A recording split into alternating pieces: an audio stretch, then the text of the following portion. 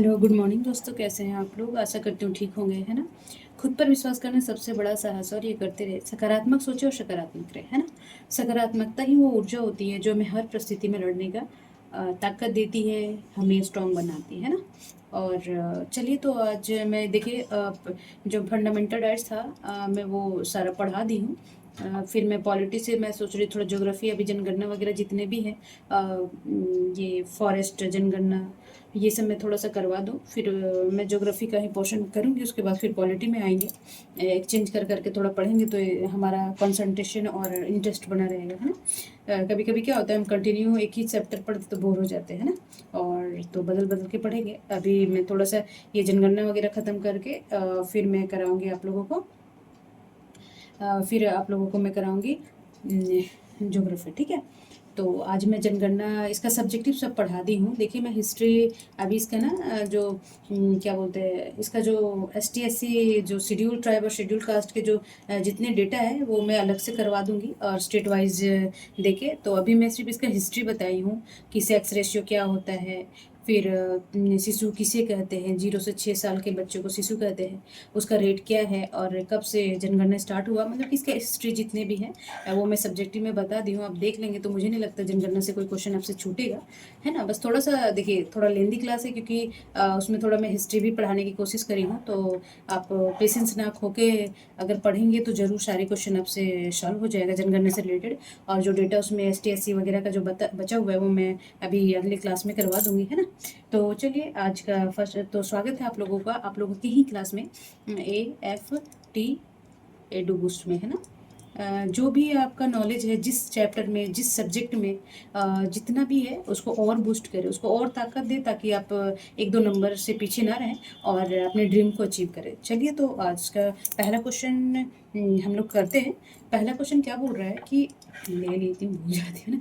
पहला क्वेश्चन बोल रहा है कि जो भारत की जनगणना 2011 की जनगणना कौन सा क्रम का है ना। तो देखिए, 2011 ये जब शुरू हुआ था ना उससे, और स्वतंत्रता के बाद का ये 7वां है। और ये कौन सा जनगणना था 2011 का, तो ये है 15वां, ठीक है। तो ध्यान रखेंगे 2011 का। अभी हुआ नहीं है, अभी डेटा 2021 में ही हो जाना चाहिए था, बट अभी थोड़ा लेट हो रहा है। तो चलिए, क्वेश्चन नंबर 2 बोल रहे हैं कि स्वतंत्र भारत में ये कौन सी जनगणना थी, है ना। तो उधर 15वां था टोटल कर्म, जब 1872 में स्टार्ट हुआ था, है ना, 1881 में। फिर नियमित, और पहला था तो था 1872 में, बट जो नियमित 10 साल में जो करवाया गया था वो 1821 में स्टार्ट हुआ था। तो ये 7 में है स्वतंत्र भारत, यानी कि 1951 से जनगणना स्टार्ट हुआ था। तो अब जोड़ लेंगे तो ये 7वां 10 साल में होता है ना, ठीक है। तो क्वेश्चन नंबर तीसरा देखेंगे कि 2011 की जनगणना के अनुसार भारत की कुल जनसंख्या कितनी थी, है ना। देखिए, थी है पहले। अभी तो देखिए, अगर रिसेंट डाटा देखेंगे तो 1 अरब 43 करोड़ के पार चला गया है डेटा हमारा जनसंख्या, और चीन को भी पीछे छोड़ गया है ना। तो चीन को भी, पहले चीन फर्स्ट पे था। अब देखिए, 2011 डेटा के अनुसार नहीं पूछेगा तो आप फर्स्ट में भारत बताएंगे, है ना। और या फिर कहीं पैसे वैसे में लिख रहे होंगे तो भारत लिखेंगे। बट ये 2011 जनगणना मेंशन है, तो भारत की जनसंख्या 2021 करोड़ के 121 करोड़ के बराबर थी, ठीक है। ओके। क्वेश्चन नंबर 4 बोल रहा है कि 2011 में पुरुष जनसंख्या कितनी थी। तो 121 करोड़ थी, तो पुरुष जनसंख्या उसमें कितनी थी जी, ठीक है। तो पुरुष जनसंख्या आप देखेंगे तो 64 करोड़ के लगभग थी, ठीक है। एक राउंड फिगर होता है, ठीक है ना। अब देखिए, 64 करोड़ उसमें इसमें घटा देंगे तब भी निकल जाएगा। तो 5वां क्वेश्चन बोल रहा है कि 2011 में महिला जनसंख्या कितनी थी। पुरुष 64 थे, तो महिलाएं कितनी थी। तो महिलाएं ऑब्वियस कम होंगी, है ना। तो 59 करोड़ के लगभग, ठीक है। ओके। तो आप क्वेश्चन नंबर 6 देखेंगे। देखिए, एक बार आप सब्जेक्टिव पढ़ेंगे जरूर, क्योंकि मैं उसमें हिस्ट्री सारा डेटा को बता दी हूँ। तो मुझे नहीं लगता कि कोई चीज़ समझने में कि सेक्स रेशियो, शहर की क्या कैटेगरी होना चाहिए शहरी क्षेत्र के लिए, ये सब सारा बता दी हूँ। तो आप प्लीज़ इस मैं हमेशा देखिए आप लोगों को रिक्वेस्ट करती हूँ कि मैं नहीं चाहती हूँ कि मेरे क्लास कोई पढ़े और उसको कुछ समझ में नहीं, इसलिए मैं दबाव डालती हूँ कि मेरा सब्जेक्टिव क्लास जरूर देखिए, मस्ट वॉच, है ना। तो उसको पहले देखे, फिर इसको देखे, फिर खुद को आके ना, मैं नहीं बोलती कि अब मुझे चलो ठीक है, अब मैसेज मत करो, टेक्स्ट मत करो कि मैम अच्छा है ये। अब खुद को आंको, है ना, आप खुद को सॉल्व करके देखो इससे रिलेटेड जितने क्वेश्चन है।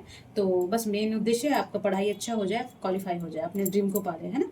चलिए कोई नहीं। क्वेश्चन नंबर 6 क्या बोल रहा है कि 2011 में भारत की जनसंख्या वृद्धि दर क्या थी, है ना। तो अभी देखिए 20, 17.64, 18, 23, 15, तो ये देखेंगे कि ये था ना 17.64 के लगभग, ठीक है जी। तो अच्छा, तो क्वेश्चन नंबर 7 क्या बोल रहा है कि किस राज्य की जनसंख्या सर्वाधिक थी, है ना। तो अब देखेंगे कि सबसे ज़्यादा जनसंख्या महाराष्ट्र, उत्तर प्रदेश, बिहार, पश्चिम बंगाल, तो सबसे ज़्यादा कहाँ था जी। तो देखेंगे यूपी में, है ना, सबसे ज़्यादा जनसंख्या लेके बैठा है यूपी, है ना। चलिए कोई नहीं। किस राज्य की जनसंख्या न्यूनतम थी। तो आप देखेंगे इस समय, देखिए छोटा राज्य तो गोवा, इससे सिक्किम से ज़्यादा है, बट सबसे कम जनसंख्या देखेंगे तो सिक्किम का था, ठीक। ओके। हाँ, 2011 क्वेश्चन नंबर 9 क्या बोल रहा है कि 2011 में किस केंद्र शासित प्रदेश की जनसंख्या सबसे अधिक थी। देखिए इन चारों में से दिल्ली है, चंडीगढ़, पौडीचेरी और लक्षद्वीप। तो कम तो लक्षद्वीप का है, बट सबसे ज़्यादा जनसंख्या किस में है जी, केंद्र शासित प्रदेश दिल्ली में, है ना।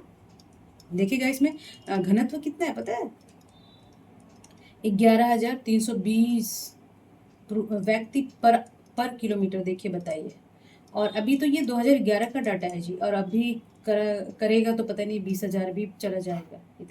इतनी जनसंख्या है, इतना हौच पौच है दिल्ली, रहने लायक तो नहीं है भाई, मुझे तो नहीं पसंद आता है। बट देखिए क्वेश्चन नंबर 10 क्या बोल रहा था कि भारत की जनसंख्या घनत्व 2011 में कितना था, है ना।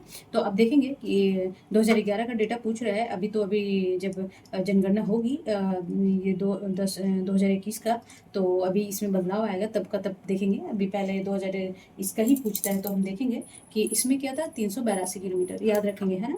382 किलोमीटर पर व्यक्ति पर किलोमीटर, है ना। तो ये देखेंगे 382, ठीक है जी। ओके। हाँ, तो क्वेश्चन नंबर 11 क्या बोल रहा है कि किस राज्य की जनसंख्या घनत्व सर्वाधिक है ना। इनमें से देखेंगे तो सबसे ज़्यादा जनसंख्या घनत्व तो कौन सा स्टेट में है। तो जो बिहार को नहीं लेना था वो बिहार ले रहा है ना, तो बिहार घनत्व में ज़्यादा है भाई, ठीक है।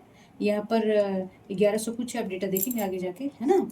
चलिए क्वेश्चन नंबर बोल रहा है कि किस राज्य के जनसंख्या घनत्व न्यूनतम है। तो इसका देखेंगे अरुणाचल प्रदेश में, वहाँ पढ़ा दी हूँ, और डेटा में बार बार हम नहीं बताएंगे, आप लोग व्यक्ति पर किलोमीटर, ठीक है ना। तो 17 व्यक्ति पर किलोमीटर अरुणाचल प्रदेश देखेंगे। ये हमारा पूर्वी क्षेत्र है, सबसे पूर्वी क्षेत्र है हमारे हमारे देश का। तो किस राज्य की जनसंख्या घनत्व सबसे न्यूनतम है, तो अरुणाचल प्रदेश का, ठीक है जी। अब क्वेश्चन नंबर 13 क्या बोल रहा है कि 2011 की जनगणना के अनुसार भारत में साक्षरता दर कितनी थी, है ना। तो आपको याद भी होगा 72, 73, ऐसे 80, 64, तो आप आगे आगे वाले फिगर देखेंगे ना, तो आपको याद हो जाएगा, ठीक है जी। तो देखेंगे 74.4, ठीक है, ये साक्षरता दर है। ठीक है। आप पुरुष साक्षरता, अब 74% ये साक्षरता थी, तो पुरुष साक्षरता कितना था, है ना। तो इसमें देखेंगे पुरुष साक्षरता आपका हो जाएगा 82.14 किलोमीटर। पूछ देते हैं कोई एग्जाम में मिलाने उलाने के लिए, इसलिए एक बार पढ़ लेना बहुत जरूरी है ना। एक दो बार नज़र से आप सरसरी नज़र से भी देख लेंगे, एक बार अच्छे से देख लेंगे और फिर सरसरी नज़र से देख लेंगे, ठीक है। महिला साक्षरता दर कितनी थी 2011 के जनगणना के अनुसार। तो अब देखेंगे कि महिला जनगणना थी 65.46%। देखिए अभी भी 100 में से 35 महिलाएं निरक्षर है भाई। हाँ, तो पढ़ना ज़रूरी है। जिस दिन ये पढ़ने लग जाएंगी तो अच्छा होगा देश के लिए, समाज के लिए, विकास के लिए, और खुद के लिए, अपने परिवार के लिए भी। चलिए, तो बोलते हैं ना कि एक महिला अगर पढ़ ले तो 3 जनरेशन को पढ़ा देती है ना, सुधार देती है, और एक पुरुष अगर पढ़ता है तो सिर्फ एक जनरेशन को सुधारता है। इसलिए महिलाओं को पढ़ना अति आवश्यक है, फ्यूचर के लिए, फैमिली के लिए, देश के लिए, और राज्य के लिए, और अपने डिस्ट्रिक्ट और गाँव के लिए। ओके, तो चलिए क्वेश्चन नंबर 16 क्या बोला कि साक्षरता में सर्वाधिक राज्य कौन सा था। साक्षरता में सर्वाधिक राज्य कौन सा था, सबसे ज़्यादा साक्षरता किसमें है। तो ऑब्वियस ये केरल आपका आता है, और याद होगा आप लोगों को, है ना। ठीक है। अब देखिए कि साक्षरता में सबसे ये कम साक्षरता किस राज्य में है ना। सबसे कम साक्षरता, ये उल्टा हो गया, सॉरी, माफ करेंगे। साक्षरता किस राज्य में है ना। ओके, तो ये बिहार कम साक्षरता लेके बैठा है ना। बाकी और कामों में है, बट धीरे देखिए यहाँ पॉलिटिकल इशू बहुत रहे हैं और बाढ़ भी इशू रहा है, तो गरीबी भी देखिए कोई भी स्टेट गरीब है तो वो नहीं कि पैदा ही हुआ है, ये बच्चा हो या स्टेट हो, वहाँ का राजनीति भी बहुत गंदा भी है। अभी थोड़ा थोड़ा सुधार हुआ है पहले से, और पॉलिटिकल इशू भी रहा है, और बाढ़ भी एक कारण है वहाँ की साक्षरता ना होने का और गरीबी का। चलिए खैर, आगे धीरे धीरे सब सुधार हो जाएगा। तो अब देखेंगे 2011 के अनुसार भारत में लिंगानुपात कितना था, है ना। तो देखिए इसमें ये डेटा, इसमें ये गलती दे रहा है 943, ठीक है, सुधार लेंगे। ठीक है, तो कितनी है 943 जी, ठीक है।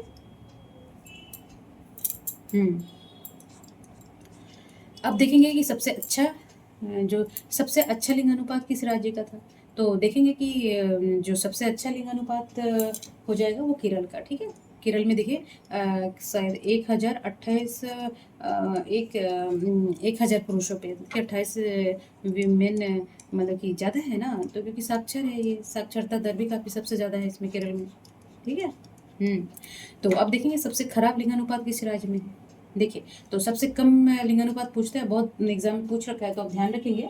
तो इसमें देखेंगे हरियाणा, है ना। हरियाणा देखिए एक विकसित राज्य होने पर भी यहाँ पे देखिए मेंटलिटी सब काम करता है ना।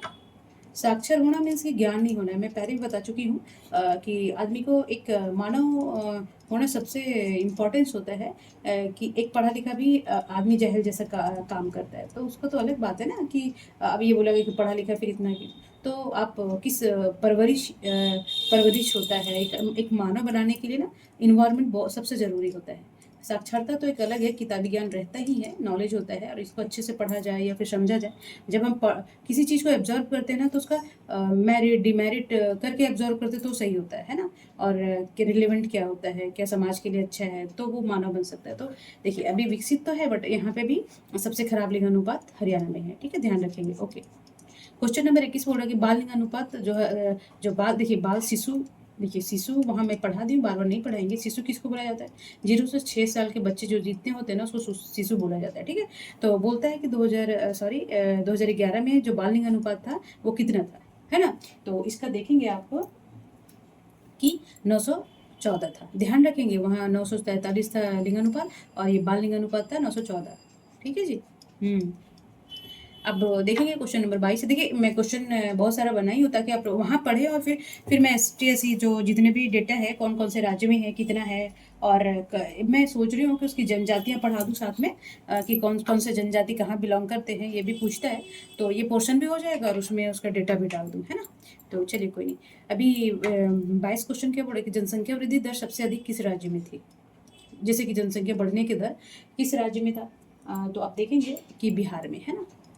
इसकी जनसंख्या बढ़ने का भी दर, देखिए साक्षरता, निम्न साक्षरता है ना, तो जनसंख्या बढ़ेगा, क्योंकि अभी ये इसका बहुत सारे इश्यू होते हैं, अभी नहीं, बहुत लेंदी हो जाएगा, इसलिए मैं आगे बढ़ती हूँ। चलिए उस जब हम पढ़ाएंगे ना जनसंख्या, तो उसमें बता देंगे कि क्या रीजन है, कब घटने का, क्या बढ़ने का। ओके, चलिए। तो क्वेश्चन नंबर 23 बोल रहा है कि जनसंख्या वृद्धि दर सबसे कम कहाँ थी, है ना। तो अब देखेंगे कि 23 का देखेंगे कि जो है ना नागालैंड, इसमें कभी कभी क्वेश्चन आता है कि ऋणात्मक ना ऋणात्मक वृद्धि कहाँ हुआ, मतलब घटा कहाँ सबसे ज़्यादा, तो नागालैंड में। इसमें देखेंगे कि -0.58% था, है ना। तो यहाँ ऋणात्मकता आई थी, मतलब कि जनसंख्या बढ़ने के, मान लीजिए पहले 100 था, तो 10 साल में 90 हो गए, तो ऐसे 10 लेस हुआ ना, तो इसका दर क्या था 0.58। डेटा याद नहीं रखना, बट अब याद रखेंगे कि नागालैंड में ऋणात्मक हुआ था, ठीक है जी। हाँ, ग्रामीण जनसंख्या का प्रतिशत कितना है, तो वहाँ मैं पढ़ा दी हूँ, बट अभी यहाँ देखेंगे तो ये है 68, है ना। तो 31 पॉइंट कुछ है आपका शहरी जनसंख्या, और इसमें 31% याद रखेंगे, और 68.84, मतलब कि देखिए ना कि 70 69 मतलब 69% के लगभग, ऐसे राउंड फिगर देखेंगे तो फिर भी 68% आज भी लोग ग्राम में निवास करते हैं। और ग्रामीण की परिभाषा क्या है और शहरी का परिभाषा क्या है, तो मैं बता दी हूँ। कम से कम उस क्षेत्र में रहने वाले 75% लोग गैर कृषि में लगे हैं ना, कृषि कार्य में ना लगे हो, तो ग्रामीण क्षेत्र में नहीं आएंगे। ओके जी, चलिए। तो अब देखेंगे कि क्वेश्चन नंबर 25 क्या बोल रहा है कि, हाँ, ठीक है। क्वेश्चन नंबर 25 बोल रहा है कि शहरी जनसंख्या का प्रतिशत कितना था। अब देखिए 68.86 है, तो अभी देख लेंगे तो इसमें कितना घट रहा है। तो इसमें 25 का आंसर हो जाएगा आपका 31 पॉइंट, बोले ना 31 याद रखिए। देखिए 1 है तो राउंड फिगर नहीं होगा, तो 31% के लगभग आप याद रखेंगे, ठीक है। क्वेश्चन नंबर 26 बोल रहा है कि 2011 में कुल कितने जिलों में संख्या कितनी थी। कुल कितने जिले थे ना भारत में 2011, जब सभी चीज़ का होता है जिले कितने हैं, गांव कितने, तो कभी कभी पूछ लेगा, तो ये ध्यान रखेंगे। तो इसमें थे 640, ठीक है जी। अब गांव भी देख लेते हैं कि कितना जिला था, तो गांव भी तो होगा ना जी, ठीक है। तो क्वेश्चन नंबर 27 क्या बोल रहा है कि 2011 में कुल नगरों की संख्या कितनी थी। तो गांव जिले कितने थे 400, और नगर कितने थे। नगर और जिला अंतर होता है, ठीक है ना। तो 27 का देखेंगे कि ये था 7,972। ये बहुत नहीं है, फिर भी आप एक बार देख लेंगे, याद रखेंगे। गांव देखो, ग्रामीण गांव पूछता है, पुलिस उलिस में हो गया, कांस्टेबल में, ये सब, और बहुत सारे एग्जाम होता है इसमें पूछ देता है, मिलाने के लिए भी पूछ देता है। तो 28 क्वेश्चन क्या बोल रहा है कि 2011 में कुल ग्रामों की संख्या कितनी थी, है ना। तो आप ग्राम देखेंगे तो 6,40,800, 6,40,867, है ना। तो ऐसे 6,40,867 ऐसे याद रखेंगे। तो याद एक बार देख लेंगे तो याद ही हो जाएगा। देखिए अब एक बार देख लें कि 6-7 लास्ट में है, 8 है, 867 है, 40 से 6 मिल रहा है, तो इसमें 40 नहीं मिल रहा है ना। तो ऐसा नज़दीक नहीं देगा, बट कभी एक बार देख लेंगे तो याद आ जाएगा। फिर भी एक दो बार देखते हैं, है ना। तो देखिए क्वेश्चन नंबर क्या है कि 29 क्या बोला कि किस राज्य में शहरी जनसंख्या सर्वाधिक थी। देखिए जनसंख्या पूछ रहे हैं ना, शहर नहीं पूछ रहे हैं, ठीक है। शहरी जनसंख्या किधर, तो ये हो जाएगा महाराष्ट्र। महाराष्ट्र में सबसे ज़्यादा शहरी जनसंख्या, ओके जी। ये है 2011 का डेटा, अभी का नहीं है, अभी बहुत बदलाव आएगा। अभी जब नया डेटा आएगा ना, तो अभी पढ़ लीजिए, इससे पहले आप क्वालिफाई हो लीजिए कि ताकि नया डेटा आप लोगों को ना पढ़ना पड़े, है ना। चलिए क्वेश्चन नंबर 30 बोल रहा है कि 2011 में किस राज्य में ग्रामीण जनसंख्या सर्वाधिक थी, है ना। 2011 में ग्रामीण जनसंख्या किसमें था, शहरी तो महाराष्ट्र में आ गया, और ग्रामीण जनसंख्या, ठीक है। तो अब देखेंगे 30 का आंसर क्या हो जाएगा, यूपी में, है ना। ग्रामीण याद रखेंगे, ग्रामीण, और शहरी महाराष्ट्र, ठीक है जी। अब क्वेश्चन नंबर 31 क्या बोला कि 2011 की जनगणना के भारत की जनसंख्या विश्व की जनसंख्या कितनी प्रतिशत थी। मतलब टोटल मान लीजिए विश्व में 100% है, तो भारत कितना जनसंख्या खुद को पाल रहा है, कितना जिम्मा ले रखा है ना, तो 17.5%। याद रहेगा ना, 17.5% भारत के पास जनसंख्या टोटल का, सोचिए। अभी तो जब 2021 का डेटा आएगा तो पता नहीं ये 30% भी रख रहा हो, है ना, क्योंकि अभी फर्स्ट में चल रहा है ना। ओके, तो क्वेश्चन नंबर 32 बोल रहे कि 2011 की जनगणना में कुल परिवारों की संख्या कितनी थी। ये बहुत इंपॉर्टेंट नहीं है, बट ठीक है, देख लेंगे एक बार। तो 24.9 करोड़, कभी कभी पूछ लेता है इसलिए मैं दे दी, ठीक है। क्वेश्चन नंबर 33 देखेंगे कि 2011 जनगणना का नारा क्या था। ये इंपॉर्टेंस है, अब देखेंगे। तो 33 का आपका आंसर हो जाएगा कि आपका विवरण हमारी जिम्मेदारी, है ना। तो बोलता है कि 2011 जनगणना का नारा, ये थीम बोल लीजिए, नारा भी रहता है और थीम भी रहता है। तो बोलता है कि आपका विवरण, है ना, हमारी जिम्मेदारी, याद रखेंगे, ठीक है। ओके, क्वेश्चन नंबर 34 बोल रहा है कि 2011 जनगणना में किस राज्य की जनसंख्या सबसे तेजी से कहाँ बढ़ा होगा। अवश्य सबसे ज़्यादा घनत्व भी वहाँ पे है। तो 34 का आपका हो जाएगा ए, बिहार, ठीक है जी।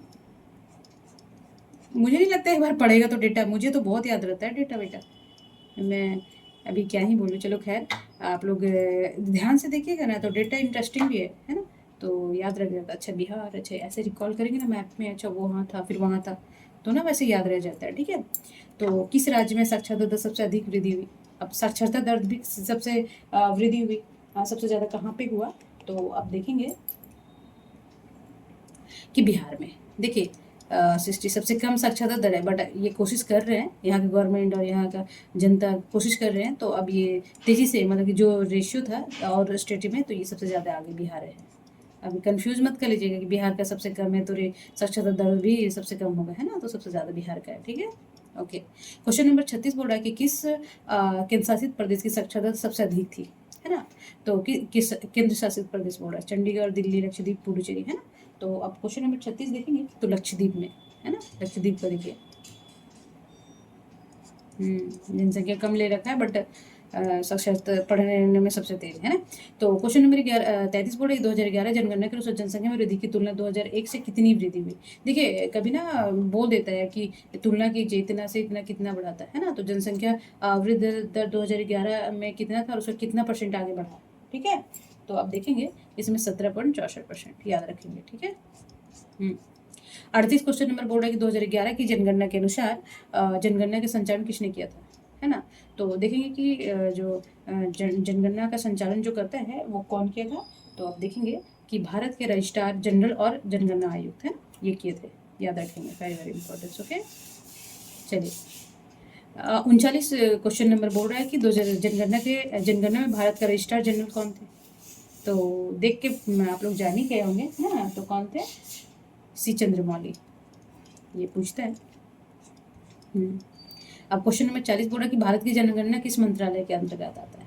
तो जान ही गए होंगे, गृह मंत्रालय ना, गृह में लोग रहते हैं तो जनगणना भी गृह में ही होएगा ना, ठीक है। तो इस तरह आप देखेंगे 40 क्वेश्चन आपका कंप्लीट हुआ। अब कुछ क्वेश्चन और है जो हिस्ट्री से रिलेटेड है तो मैं बताना चाहूँगी। और कौन सा स्टेट में ज़्यादा है ग्रामीण जनसंख्या, किस राज्य में है शहरी जनसंख्या बता दी हूँ। और बाकी अभी किस सबसे ज़्यादा गांव किस में है तो ये सब मैं थोड़ा सा बता दूंगी अभी। और डेटा वेटा, क्योंकि देखिए डेटा एक जगह इकट्ठा करना बहुत लेंदी हो जाएगा, इसलिए मैं थोड़ा सा अलग अलग। तो चलिए मोटिवेट करना चाहूँगी आप लोगों को, बोर हो जाते हैं तो थोड़ा बीच में ट्विस्ट आ जाता है और अच्छा लगता है ना।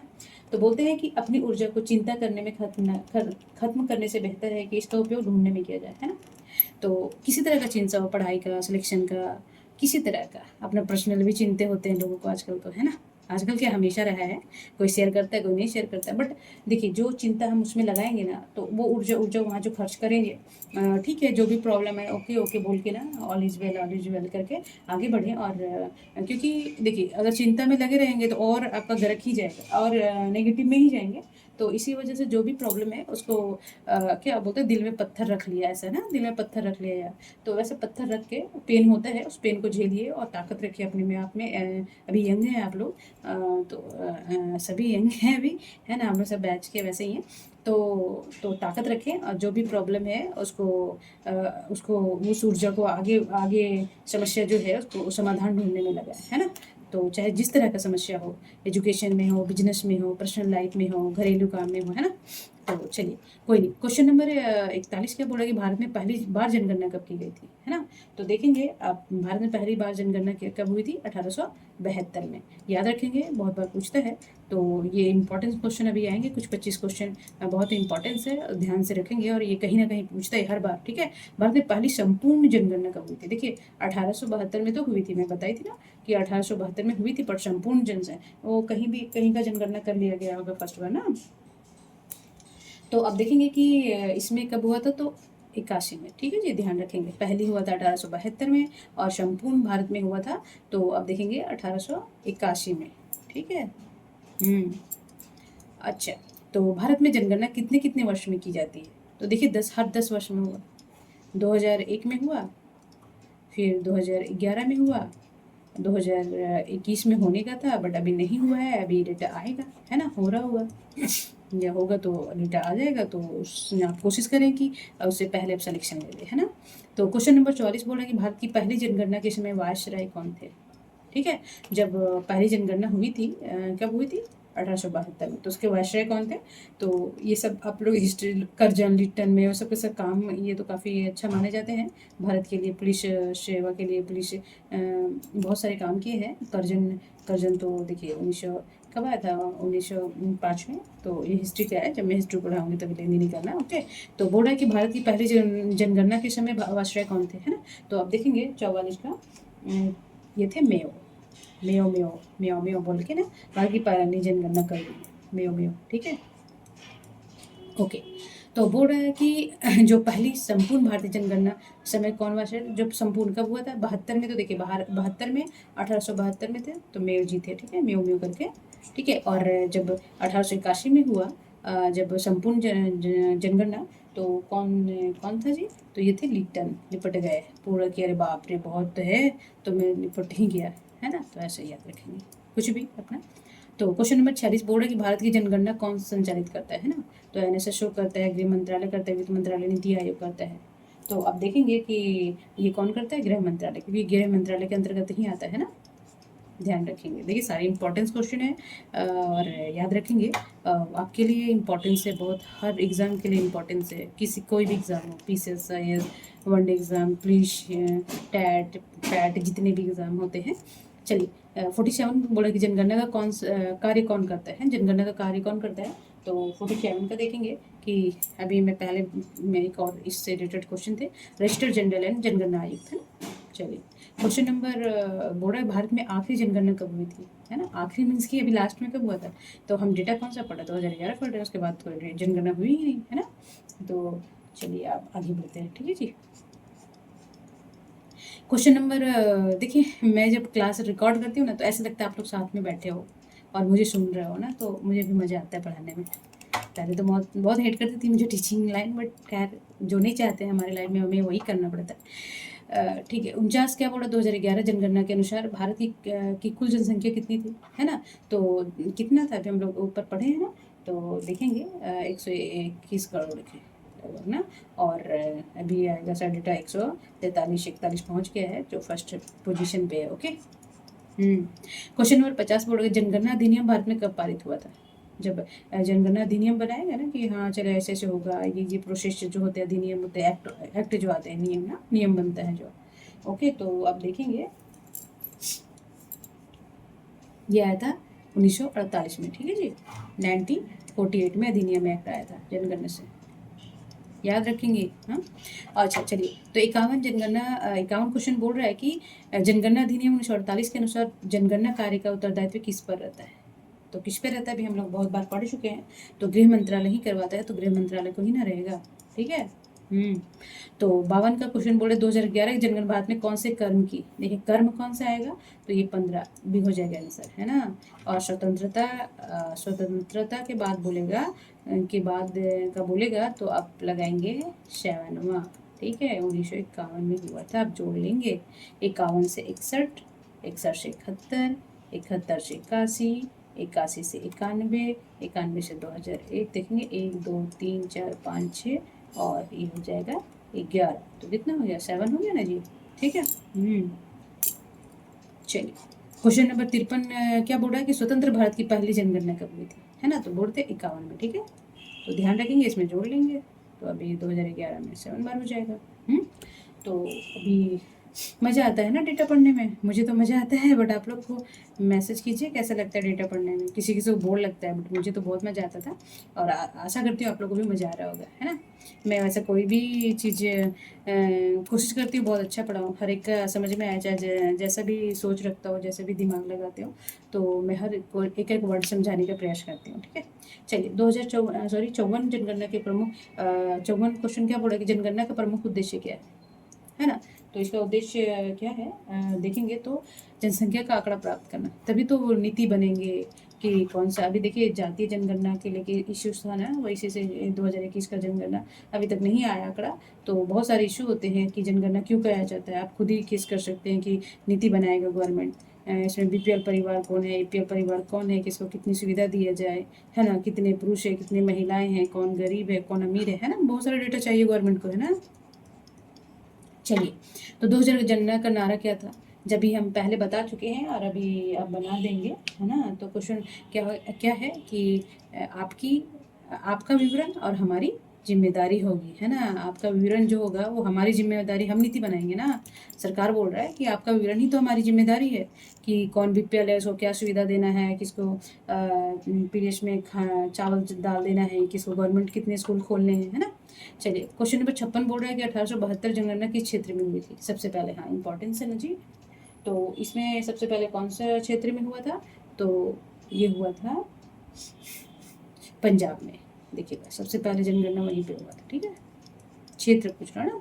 तो 57 क्वेश्चन नंबर क्या बोल रहे हैं कि जो 2011 की जनगणना के समय भारत का रजिस्टर जनरल कौन थे, तो पहले भी क्वेश्चन पढ़े हैं, और ये थे C चंद्रमौली, ध्यान रखेंगे, ठीक है। अच्छा देखेंगे, ये पूछ लेगा कभी एग्जाम में, तो ध्यान रखेंगे, और इंटरेस्टिंग भी है। विश्व में सबसे पहली जनगणना किस देश में हुई थी, है ना। तो विश्व में सबसे पहले जनगणना किस देश में हुआ था, तो ये हुआ था स्वीडन में, ठीक है। तो ये ध्यान रखेंगे। ओके। 59 बोल रहा है कि विश्व की जनसंख्या दिवस कब मनाया जाता है। देखिए ये बहुत सारे एग्जाम में पूछता है, जब डेट पूछता है ना तो 11 जुलाई याद रखेंगे। जून जुलाई गर्मी के बाद जुलाई में जनसंख्या दिवस मनाया गया। ओके चलिए, क्वेश्चन नंबर 60 बोल रहा है कि भारत की जनगणना किस वर्ष नहीं हो पाई थी, है ना। देखिए अब कंटिन्यू, अभी तो इधर है नहीं, तो अभी यही डेटा दे रहे, इधर इधर तो क्या था ही नहीं, 51 से स्टार्ट ही हुआ है कि एक में हुआ, तो कौन सा नहीं हुआ था, 21 में नहीं हुआ था। ये तो गेस करने का है, और तो 21 में नहीं ना हुआ, अभी आएगा डेटा, बहुत चेंजेस आएंगे। 61 का क्या बोला क्वेश्चन कि जनगणना के आंकड़े किस प्रयोजन के उपयोग के लिए किए जाते हैं। तो सभी के लिए, शिक्षा योजना के लिए, स्वास्थ्य के लिए, विकास नीतियों के लिए, है ना, तो सभी हो जाएगा। क्योंकि जब गवर्नमेंट के पास नीति जनगणना आंकड़ा रहेगा तभी तो वो कुछ कर पाएंगे ना, कि अरे स्वास्थ्य के लिए क्या करना पड़ा, एजुकेशन के लिए कितने हॉस्पिटल खोलने पड़े गवर्नमेंट, विकास की नीतियाँ क्या क्या नीतियाँ बनाए लोगों के लिए, बीपीएल परिवारों के लिए, पीएल परिवारों के लिए, है ना। चलिए ओके। क्वेश्चन नंबर 62 बोला कि जनगणना किस प्रकार की जानकारी ली जाती है। तो इसमें सामाजिक जानकारी, आर्थिक और जनसंख्या संबंधी सभी तरह की जानकारी ली जाती है ना जी, कि कौन से जाति से है, कितने गरीब अमीर है, जनसंख्या क्या है ना। तो बोलते हैं कि भारत में पहले डिजिटल जनगणना कब प्रस्तावित थी, है ना। तो डिजिटल जनगणना अभी तो प्रस्तावित हुआ नहीं है ना, तो 2021 में भी देखिए डिजिटल जनगणना होगा। हाँ, क्वेश्चन नंबर 64 क्या बोल रहा है कि भारत में 2011 की जनगणना कितने चरणों में पूरी हुई थी। हाँ, वेरी वेरी इंपॉर्टेंट पूछेगा, और पूछता भी है, तो 2 चरणों में, ठीक है, 2 चरणों में ना, ध्यान रखेंगे। क्वेश्चन नंबर 65 लास्ट क्वेश्चन है। चलिए पेशेंस के साथ आप पढ़ लिए, और ये आपके लिए ही है, और आपके बेनिफिट आप ही को मिलेगा, और फिर प्रॉफिट भी लेंगे आप जब इसका बेनिफिट उठाएंगे तभी तो बोल रहे हैं कि 65 क्वेश्चन बोल रहा है कि जनगणना का इतिहास किस वर्ष प्रारंभ किया गया था, है ना। तो बोलते हैं कि सबसे पहले जनगणना कब हुई थी, वही तो पूछ रहे हैं जी, इतिहास तभी तो, क्योंकि इतिहास कोई चीज़ शुरुआत होता है तभी तो इतिहास बनता है ना। तो देखिए आज मैं 65 क्वेश्चन बता दी हूँ, और इससे में और क्वेश्चन बन सकते थे, पर मैं कितना ही लाऊँ, है ना। फिर बहुत लेंदी हो जाएगा, धीरे धीरे मैं करवा दूंगी, और जाती होती है में थोड़ा सा मैं ऐड कर दूंगी, जो वहाँ मैं पढ़ाई हूँ कि कौन से देखिए 3 ऑप्शन दे दूंगी, तो फिर बुक से आप वहाँ डेटा पढ़ेंगे और इतना भी क्वेश्चन कर लेंगे, और 2-3 बार तो पढ़ना पड़ेगा आप लोगों को, है ना।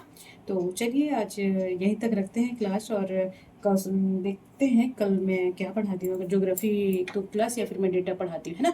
तो तब तक अपने फैमिली का ध्यान रखें, क्योंकि हर आदमी का वर्ल्ड ही होता है, क्योंकि अपना फैमिली ही होता है, उसके इर्द गिर्द ही घूमता है।